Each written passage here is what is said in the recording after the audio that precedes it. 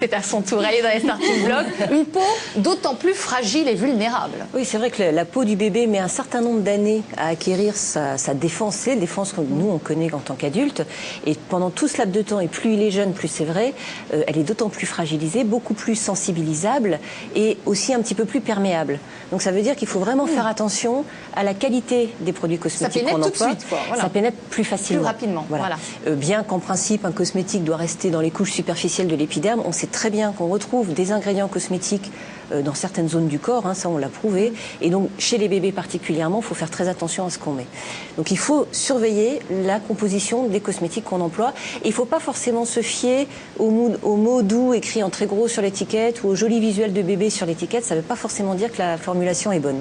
C'est-à-dire que, par exemple, alors on va expliquer pour ceux qui nous rejoignent, dans votre livre Le palmarès 2008 des cosmétiques, vous avez vraiment mené un travail d'investigation, un travail d'enquête de terrain, c'est-à-dire que vous êtes allé passer à la loupe la composition des cosmétiques. Pas moi personnellement, un jury d'experts, un jury cosmétologue, une dermatologue justement pour tous les problèmes d'allergie, d'irritation, et puis une esthéticienne et un coiffeur pour les produits capillaires parce qu'on englobe tous les produits. Mais c'est vrai que le premier chapitre, et j'avais voulu que ce soit le premier, est consacré au bébé parce que c'est par là qu'on commence. Et le premier geste qu'on a envers un bébé après sa naissance, c'est d'aller le nettoyer avec un cosmétique. Est-ce que vous avez été surprise pendant justement ce travail d'enquête, quant à la composition des produits cosmétiques dont on se sert au quotidien et dont on ne sait pas grand-chose? Est-ce que vous avez été surprise par la composition de certains produits d'hygiène destinés aux enfants, aux bébés notamment? Oui, parce qu'on trouve, si vous voulez, les produits d'hygiène pour les enfants, pour certains d'entre eux en tout cas, sont composés exactement comme ceux pour les adultes, sans différence, avec les mêmes ingrédients.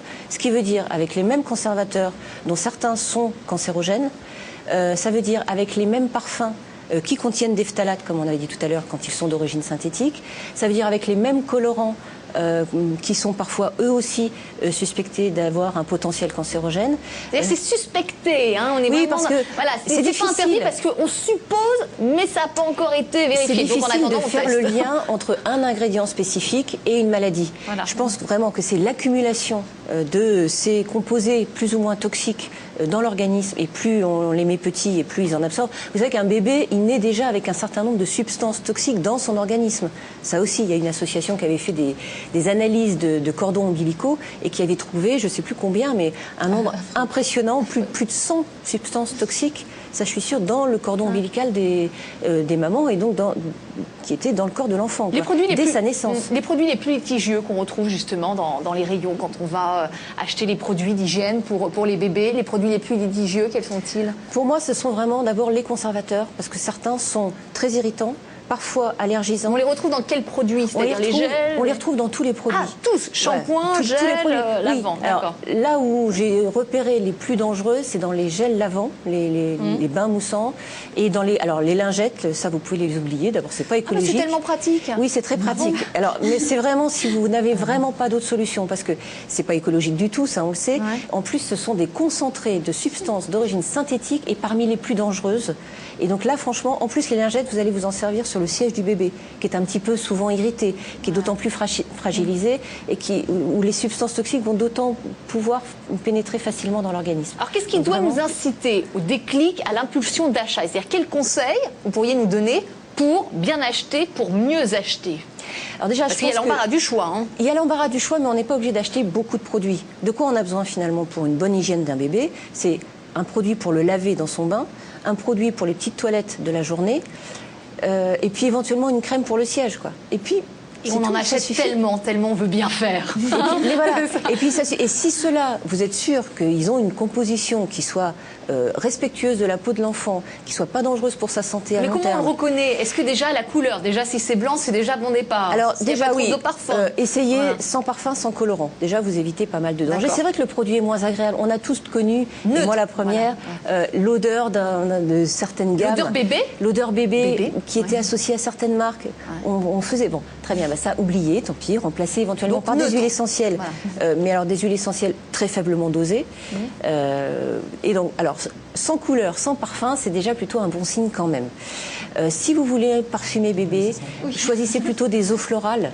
qui sont complètement neutres que des parfums d'origine synthétique qui contiennent tout un tas de composants dont on ne connaît même pas vraiment l'origine parce qu'ils n'ont même pas à être déclarés, ceux-là.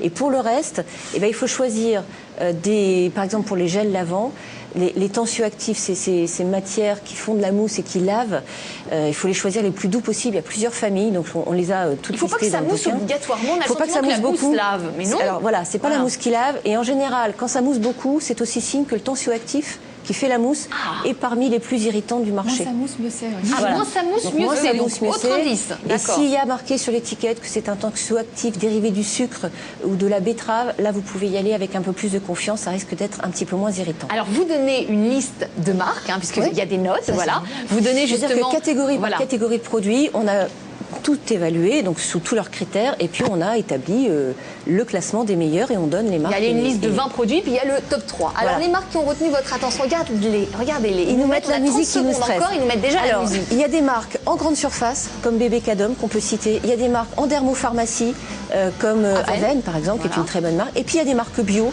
comme Bioderma, comme Cattier, comme Forest People, qui offrent des produits de très bonne qualité. C'est vrai que le bio est important aussi pour un bébé, parce qu'on rajoute un petit peu moins de pesticides comme ça, en lui mettant les cosmétiques. Mais le bio, c'est souvent le déclic d'achat quand on a le premier enfant. Le bio, et c'est pas forcément plus cher, on rejoint l'alimentaire, c'est pas forcément plus cher dans les produits pour bébé que les produits classiques. On refera une émission, il y a tellement de choses à dire. Bah oui, mais il faut leur donner toutes les clés pour le bon départ, c'est ça.